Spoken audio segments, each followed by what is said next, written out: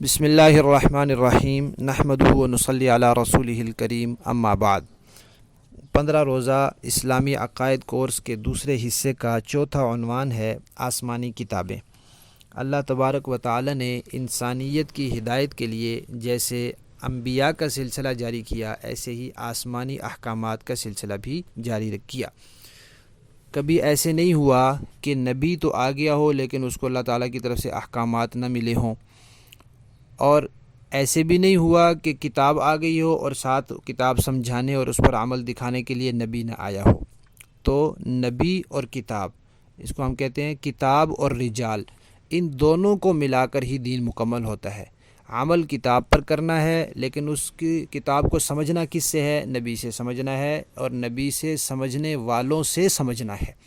خود کوئی آدمی کتاب کو سمجھنا چاہے عربی دانی کی بنیاد پر تو وہ کبھی بھی صحیح نہیں ہو سکتا۔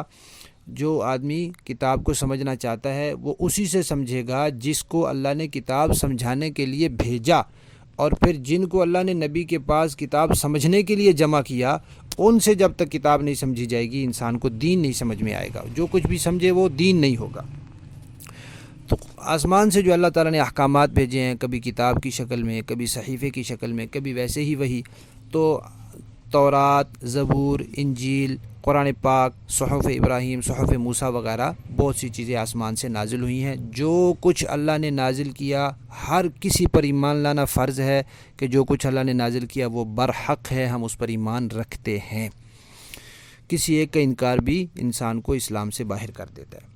لیکن ساتھ یہ ایمان بھی رکھنا ہے کہ اب قرآن پاک کے علاوہ کوئی بھی اپنی اصلی حالت میں بھی باقی نہیں ہے، اور کسی کے احکامات اب قابل عمل بھی نہیں ہیں۔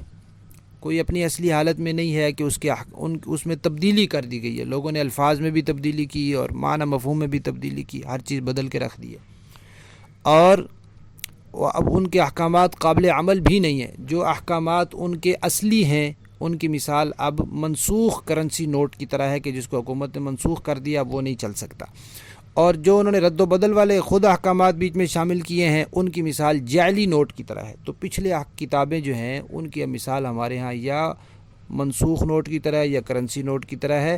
اب رائج نوٹ جو ہے وہ نہیں ہے۔ اس وقت جو رائج سکہ ہے وہ صرف قرآن پاک ہے۔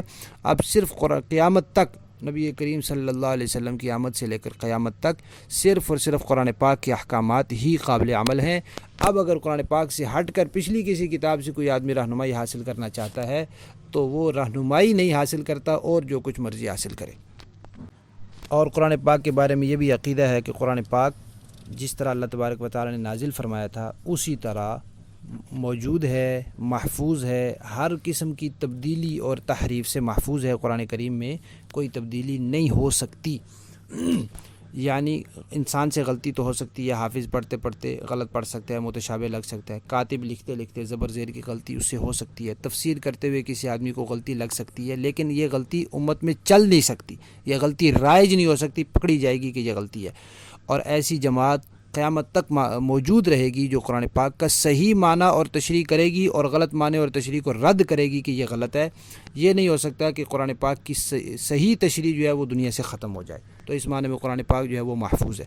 اس قرآن پاک کو مکمل ماننا، ہر قسم کی تحریف سے محفوظ سمجھنا اور اصلی سمجھنا یہ فرض عین ہے۔ جو اس قرآن پاک کو اصلی نہ سمجھے، مکمل نہ سمجھے، محفوظ نہ سمجھے، وہ مسلمان نہیں ہو سکتا۔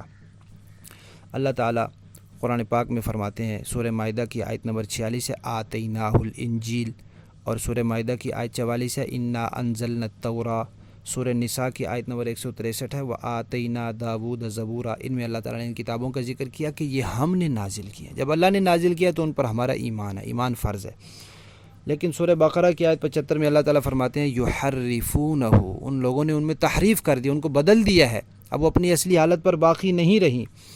اور نبی کریم صلی اللہ علیہ وسلم کا بھی ارشاد ہے، بخاری شریف کی روایت ہے کہ اہل کتاب نے اللہ کی کتاب کو تبدیل کر دیا ہے، اس کو اصلی حالت پر نہیں رہنے دیا۔ اور سورہ حجر کی آیت نمبر 9 میں اللہ تعالیٰ فرماتے ہیں انا نحن نزلنا الذکر وانا لہ لحافظون، کہ اس قرآن پاک کو ہم نے نازل کیا اور ہم ہی اس کی حفاظت کرنے والے ہیں۔ لہٰذا قیامت تک اللہ تبارک و تعالی نے اس قرآن پاک کی حفاظت کرنی ہے، اس کے الفاظ کی، اس کے معنی اور مفہوم کی، اس کی صحیح تشریح کی، اس پر صحیح عمل کی۔